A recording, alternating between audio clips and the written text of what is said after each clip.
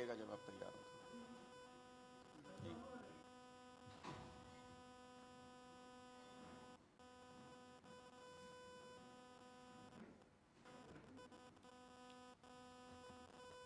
Media के सभी साथियों का आज की इस प्रेस कॉन्फ्रेंस में बहुत बहुत स्वागत है। मेरे साथ आज की इस प्रेस कॉन्फ्रेंस में हमारे जिला अध्यक्ष रणजीत उत्पल जी और प्रदेश युवा सचिव मोना सिवाज जी मेरे साथ इस प्रेस कॉन्फ्रेंस में मौजूद हैं। जैसा कि आप सब जानते हैं कि बीजेपी के साथ 4.5 साल तक साझीदार रही जेजेपी में जिस तरीके का हड़कंप मचा है और भारतीय जनता पार्टी का जिस तरीके से पूरे प्रदेश में उनके उम्मीदवारों का, उनके नेताओं का विरोध हो रहा है, ये स्पष्ट दिखाता है कि पूरा माहौल भारतीय जनता पार्टी और उनके किसी भी सहयोगी के खिलाफ है। हरियाणा के लोग भारतीय जनता पार्टी की नीतियों की वजह से उनसे और उनका साथ देने वाले हर व्यक्ति से इस वक्त लगभग नफरत करने लगे हैं। लेकिन चुनाव में इसको परिणामों में तब्दील होने के लिए एक निष्पक्ष चुनाव का होना बहुत जरूरी है और एक निष्पक्ष चुनाव के लिए एक निष्पक्ष चुनाव आयोग का होना बहुत जरूरी है। हमें बहुत खेद के साथ ये कहना पड़ रहा है कि चुनाव आयोग फिलहाल मौजूदा स्थिति में लेवल प्लेइंग फील्ड उपलब्ध करा पाने में विफल है। चुनाव आयोग सभी पार्टियों को बराबरी का मौका जो मिलना चाहिए, जो सिद्धांत है एक निष्पक्ष चुनाव का, वो मौका उपलब्ध करा पाने में नाकाम है। मैं अपनी इस बात को तथ्यों के साथ आपके सामने रखना चाहता हूं।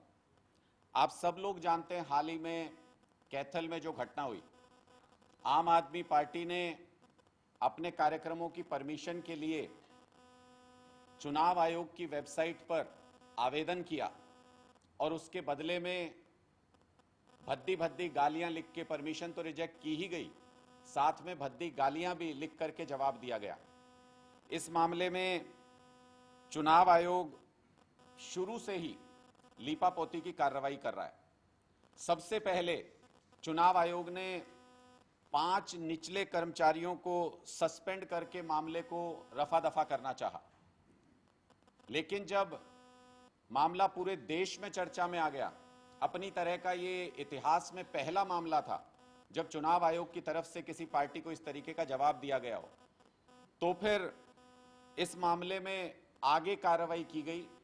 लेकिन जो पहले लीपापोती हुई उसको देखिए किस तरीके से कवर अप करने की कोशिश हुई। 5 कर्मचारी जिनको ये कहा गया कि हमने सस्पेंड कर दिया तुरंत प्रभाव से, वो कर्मचारी तो अनुबंधित कर्मचारी थे। HKRN के तहत उनको सरकार के काम में लगाया गया था। तो जो पहले से ही कॉन्ट्रैक्ट पे कर्मचारी है, अनुबंधित कर्मचारी है, उसको कौन से नियमों के तहत सस्पेंड किया गया था, ये चुनाव आयोग के अधिकारी अगर स्पष्ट कर सकें तो जनता को भी समझने में आसानी होगी कि कैसे लीपापोती की कार्रवाई की गई। उसके बाद खाना पूर्ति करने के लिए जब पूरे देश में चर्चा होने लगी तो कहा गया कि उपचुनाव अधिकारी को सस्पेंड कर दिया गया। मैं ये पूछना चाहता हूं चुनाव आयोग से कि किसी एक जुर्म में अगर उपचुनाव अधिकारी को सस्पेंड किया गया है तो चुनाव अधिकारी कैसे सुरक्षित हैं? चुनाव अधिकारी अपनी जगह पर ना वो निलंबित होते हैं, ना उनका ट्रांसफर होता है, वो अपनी जगह पर आज भी उसी तरह से काम कर रहे हैं, जबकि उनके कार्यालय में, उनके अधीन इस तरह का पहला मामला देश के अंदर हुआ कि किसी पार्टी को गाली लिख करके उनकी परमिशन को रिजेक्ट किया गया हो। इसमें सवाल यह भी आता है कि ये चुनाव अधिकारी आखिर किसकी शह पर, किसकी शह हासिल है इनको कि कोई इनको हाथ नहीं लगा सकता है कैथल के चुनाव अधिकारी को।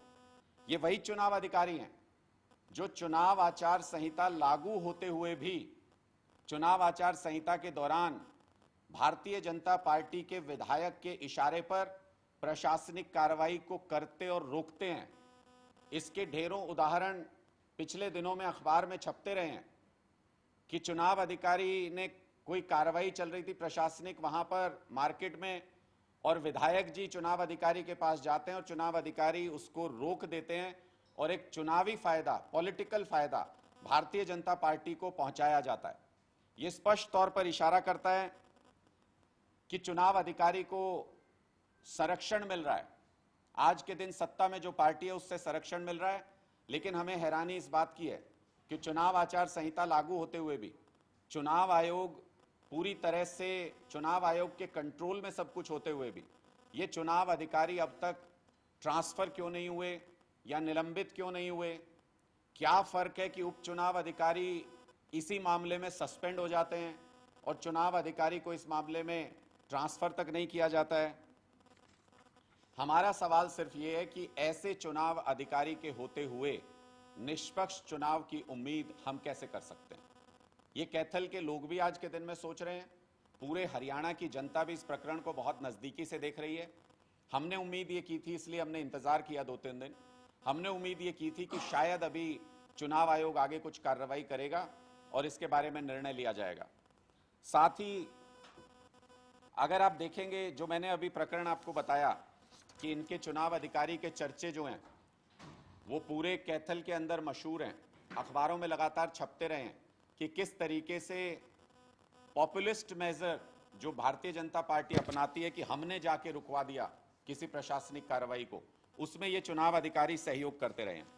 इसके बाद आप देखेंगे कि जो एफआईआर इस मामले में दर्ज कराई गई चुनाव आयोग की तरफ से, चुनाव आयोग की तरफ से बहुत ही कवर अप करने वाली, बहुत ही सतही एफआईआर इस पूरे मामले में दर्ज कराई गई। सिर्फ आईटी एक्ट के तहत बेलेबल ऑफेंसेस में 66 और 66C में ये एफआईआर दर्ज कराई गई।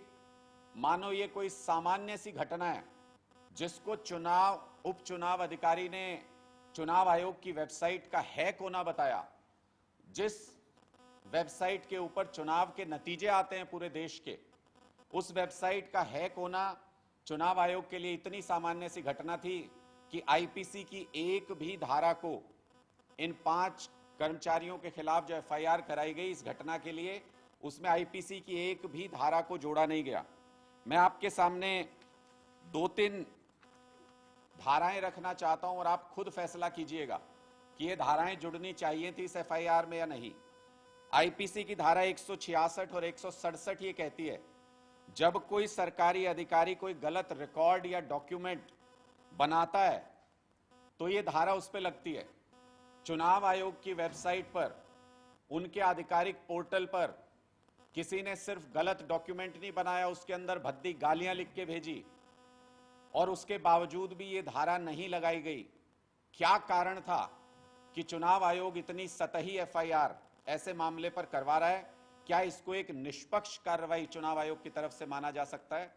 120B क्रिमिनल कॉन्स्पिरेसी, इस बात की जांच क्यों नहीं होनी चाहिए कि भारतीय जनता पार्टी की शह पर चुनाव आयोग के अंदर बैठे हुए अधिकारियों के इशारे पर जानबूझकर आम आदमी पार्टी को नीचा दिखाने के लिए इस तरीके की कार्रवाई की गई? हमारे कार्यकर्ताओं का, हमारे सपोर्टर्स का मनोबल तोड़ने के लिए इस तरीके की कार्रवाई की गई।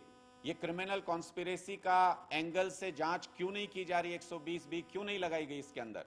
ये सारे सवाल आज के दिन हरियाणा की जनता के और देश की जनता के मन में हैं, क्योंकि पूरे देश में ये अपनी तरह का पहला मामला था और लोग इसको बहुत क्लोजली इसको वॉच कर रहे हैं। क्या हश्र होता है चुनाव आयोग अगर सतही एफआईआर कराए? मैं वो आपके सामने दिखाना चाहता हूं। ये 2019 की एफआईआर है, कैथल के अंदर ही 2019 में भारतीय जनता पार्टी के कार्यकर्ताओं ने हुड़दंग मचाया था और उस हुड़दंग में, उस मारपीट में ये पूरी एफआईआर दर्ज की गई थी 60-70 लोगों के खिलाफ। इसमें कोई नाम नहीं डाला था, लेकिन चुनाव आयोग ने किसने उत्पात किया उनकी पहचान नहीं थी, सिर्फ ये लिखा गया था 60-70 उपद्रवियों ने ये कार्रवाई की। आज तक इस एफआईआर के ऊपर कुछ नहीं हुआ। ये कागज सिर्फ हवा करने के काम आ रहे हैं। कुछ इस एफआईआर पर आज तक नहीं हुआ। 2019 का मामला है, 5 साल हो गए। क्या चुनाव बीत जाने के बाद जमानत तो हो चुकी होगी इन सब लोगों की, क्योंकि ये बेलेबल धाराएं लगाई गई थी, तो क्या किसी की शह पर जानबूझ करके भारतीय जनता पार्टी के जिन एजेंट्स ने बैठ करके चुनाव आयोग के दफ्तर में ये सारा काम किया, उनको स्पष्ट बचा करके निकालने का रास्ता भी दे दिया गया है। क्या चुनाव आयोग किसी दबाव में काम कर रहा है? और क्या इस बात को लेकर चुनाव आयोग संतुष्ट है कि इस पूरे मामले के अंदर कैथल के चुनाव अधिकारी का कोई लेना देना नहीं था? क्या बिना जांच के चुनाव आयोग इस निष्कर्ष पर पहुंच गया है? इसके साथ ही कल माननीय भगवंत मान जी का कुरुक्षेत्र में रोड शो रखा गया था। उसकी सारी परमिशंस, उस रोड शो की सारी परमिशंस चुनाव आयोग से ली गई थी, लेकिन उसके बावजूद रोड शो शुरू होने से ठीक पहले डीसी ऑफिस की टीम वहां पर पहुंचती है और यह कहा जाता है कि ये सारे पोस्टर्स और झंडे आपको यहां से उतारने पड़ेंगे। ये किसी साथी ने एक वीडियो वहां से बना करके भेजा, जो मैं आपके सामने रख रहा हूं। ये रोड शो शुरू होने से कुछ समय पहले का ये वीडियो है। ये कोई आया हुआ है डीसी ऑफिस की, कौन से ऑफिस से, और रोक रहे हैं, सारा बोल रहे हैं उतारने के लिए। जितना लगा हुआ है ना, ये सारा उतारने के लिए बोल रहे हैं। मतलब यहाँ से लेके 4 नंबर गेट से 1 नंबर गेट तक, और वो झंडा उतार के भी दे दिए। गाड़ी का नंबर है HR07M 3638, और ये पूरा फौज के साथ आए हैं। ये गाड़ी किसकी है, जिसका नंबर भी इसमें मेंशन किया गया है, जिसकी तस्वीर भी इस वीडियो के अंदर है? ये गाड़ी किसकी है और किसकी अनुमति से एक मुख्यमंत्री जब रोड शो करने के लिए आ रहे हैं और उसकी सारी परमिशंस चुनाव आयोग से हमने पहले ही हासिल कर ली है, तो किसकी अनुमति से या किसकी शह पर, किसके इशारे पर रोड शो को डिस्टर्ब करने के लिए इस तरीके का काम किया गया? हमारी ये शिकायत चुनाव आयोग से है कि लेवल प्लेइंग फील्ड उपलब्ध कराना चुनाव आयोग की जिम्मेदारी है, यही उनका काम है और यही उम्मीद देश की और हरियाणा की जनता उनसे करती है। ऐसी स्थिति में तत्काल प्रभाव से कैथल के जो चुनाव अधिकारी हैं उनको या तो सस्पेंड किया जाना चाहिए, जैसे उपचुनाव अधिकारी को किया गया, या उनको तुरंत प्रभाव से वहां से ट्रांसफर किया जाए। हम बिल्कुल भी इस बात को लेकर आश्वस्त नहीं हैं कि इन चुनाव अधिकारी के रहते हुए निष्पक्ष चुनाव हो सकते हैं, क्योंकि एक इतने बड़े घटनाक्रम में ये चुनाव अधिकारी उस वक्त दफ्तर में मौजूद थे। ये चुनाव अधिकारी उस वक्त अपनी जिम्मेदारी का निर्वहन कर रहे थे जब इनके चुनाव कार्यालय में इतना बड़ी घटना हुई, और उसके बाद भी ये अपने पद पर कायम है और लगातार भारतीय जनता पार्टी के विधायक को पॉलिटिकल गेम खेलने के लिए एक बाउंसर देते रहते हैं, ये कि वो 6 लगा सकें उसके ऊपर। उनके इशारे पर प्रशासनिक कार्रवाइयों को करते और रोकते हैं।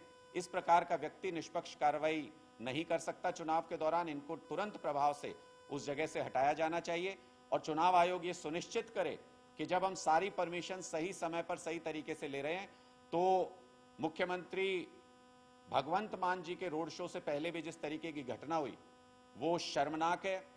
वो चुनाव आयोग की निष्पक्षता के ऊपर सवाल खड़ा करती है। ऐसी घटनाएं भविष्य में दोबारा ना हो, इसके लिए भी चुनाव आयोग कोई ना कोई तरीका सुनिश्चित करे। आपके कोई सवाल है तो आप पूछ सकते हैं।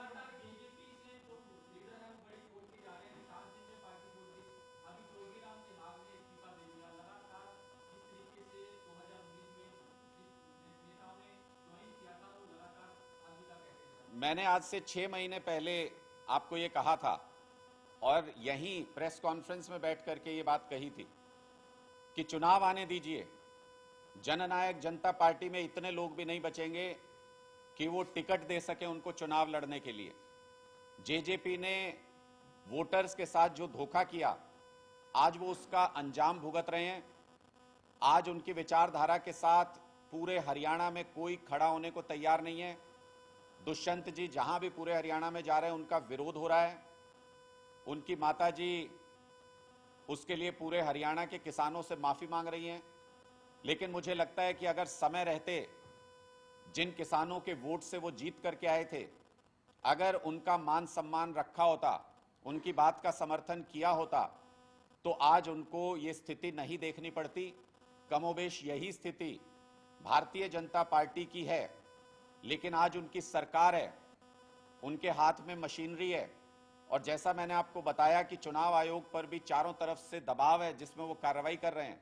ऐसी स्थिति में भारतीय जनता पार्टी के कोई भी नेता पार्टी छोड़ने की हिम्मत नहीं कर पा रहे हैं, वो एजेंसियों के और पुलिस के दबाव में अभी हिम्मत नहीं कर पा रहे हैं। जेजेपी जैसे ही सरकार से अलग हुई तो ये जो डर था एजेंसियों का और पुलिस का, ये खत्म हो गया और उनके सारे नेता छोड़ करके जाने लगे।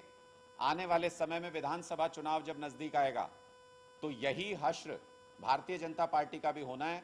हरियाणा में कोई इनका नाम लेवा नहीं बचेगा। जिस तरीके से 10 साल तक इन्होंने शोषण किया है हरियाणा की जनता का, और लोकसभा चुनाव में लोग इनको अपने मतदान के जरिए, वोट के जरिए जवाब देंगे। हमने इस घटना के तुरंत बाद चुनाव आयोग को लिखित में पूरी जानकारी देते हुए इसके ऊपर कार्रवाई की मांग की थी। हम ये उम्मीद कर रहे थे कि चुनाव आयोग इस पूरी घटना की जांच करते हुए निष्पक्ष तरीके से इस पर कार्रवाई करेगा, लेकिन जिस तरीके की लीपापोती की जा रही है, हम राज्य चुनाव आयोग के पास भी इस बात को लेकर के जाएंगे और अगर वहां पर हमारी बात नहीं सुनी जाती है तो हम राष्ट्रीय चुनाव आयोग के पास भी इस बात को लेकर के जाएंगे कि हमें फ्री एंड फेयर जो माहौल मिलना चाहिए चुनाव के लिए, वो माहौल उपलब्ध नहीं हो पा रहा।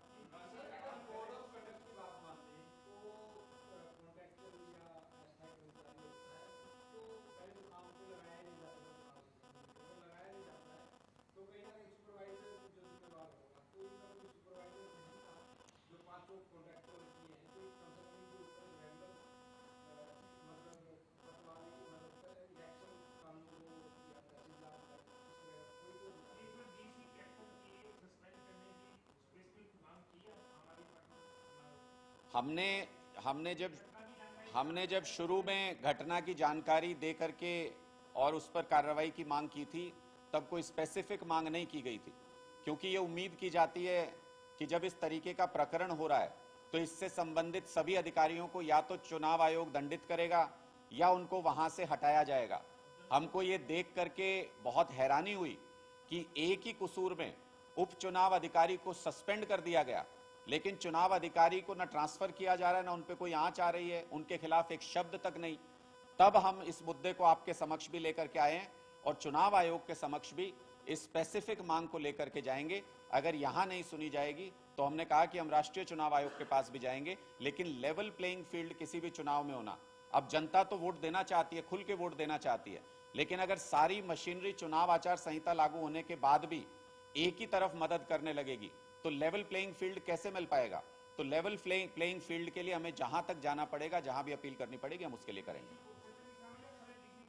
डीसी कैथल को लेकर मैंने अपनी बात रखी। डीसी कुरुक्षेत्र को लेकर के मैंने सिर्फ इतना कहा कि जो कल घटना हुई वो सही घटना नहीं थी। जब सारी परमिशन हमारे पास थी तो किसी भी टीम का वहां पर रोड शो से पहले पहुंचना ये बिल्कुल भी सही नहीं है। चुनाव आयोग इस बात का संज्ञान ले। अगर उनको लगता है इसमें तुरंत कोई कार्रवाई करने की जरूरत है तो कार्रवाई करे। अगर कोई हिदायत देनी है अपने अधिकारियों को तो हिदायत दें।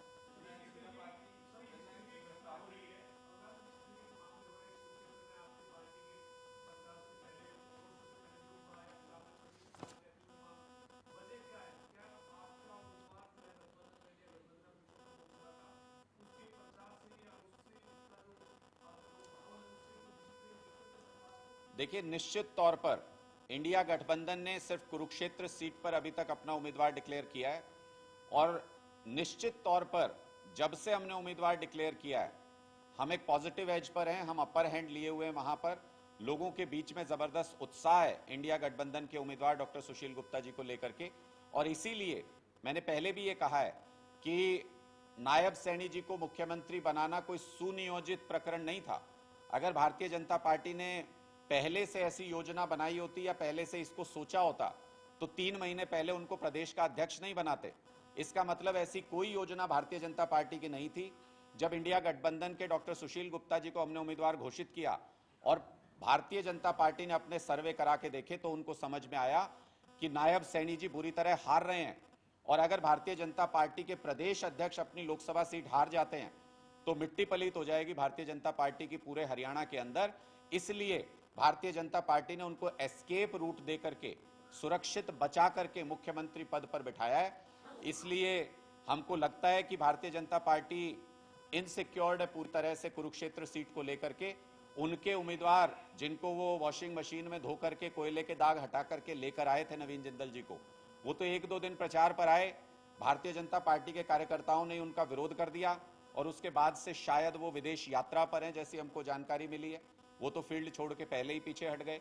तो मुझे लगता है कि भारतीय जनता पार्टी प्रशासनिक लोगों का दुरुपयोग करके, अपनी सत्ता का दुरुपयोग करके, चुनाव आचार संहिता लागू होने के बाद भी अधिकारियों को प्रभावित करके इस चुनाव को इम्बैलेंस करना चाहती है, क्योंकि चुनावी तौर पर भारतीय जनता पार्टी हार रही है।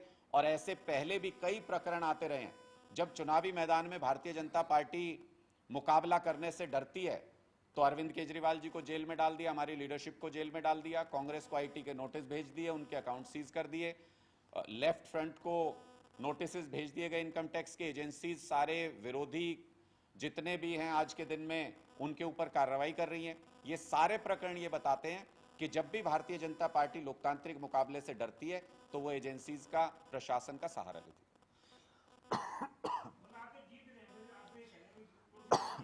कुरुक्षेत्र की जनता जीत रही है और कुरुक्षेत्र की जनता में इस बात को लेकर के जबरदस्त उत्साह है कि उनको अपनी आवाज को एक जगह पर लाने के लिए, अपनी जो भावनाएं उनको व्यक्त करने के लिए सही गठबंधन का सही उम्मीदवार मिला है।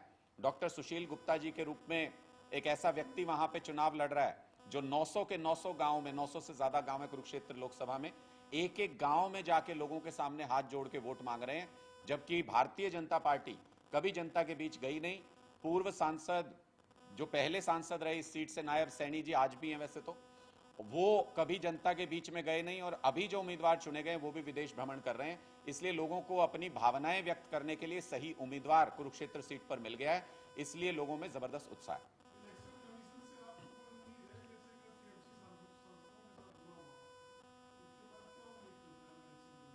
देखिए, लोकतंत्र में जनता के पास आखिरी उम्मीद होती है और जनता की उस उम्मीद को सार्थक करने के लिए चुनाव आयोग का निष्पक्ष होना बहुत जरूरी है। भारत और पाकिस्तान के बीच में यही अंतर है, हमारी आजादी में सिर्फ एक दिन का अंतर है, लेकिन वहां पे चुनाव आयोग सक्षम चुनाव आयोग नहीं था और हमारे यहाँ चुनाव आयोग सक्षम चुनाव आयोग था शुरू से, इसलिए हमारा लोकतंत्र कायम रहा। और पाकिस्तान में लोकतंत्र को बार बार जमींदोज किया गया। इसलिए एक सशक्त चुनाव आयोग का होना बहुत जरूरी है, एक निष्पक्ष चुनाव आयोग का बहुत जरूरी है।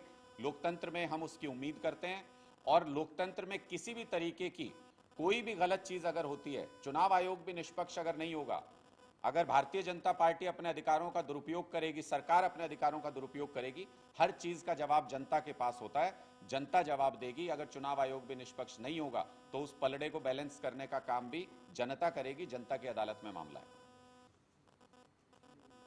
Thank you ji.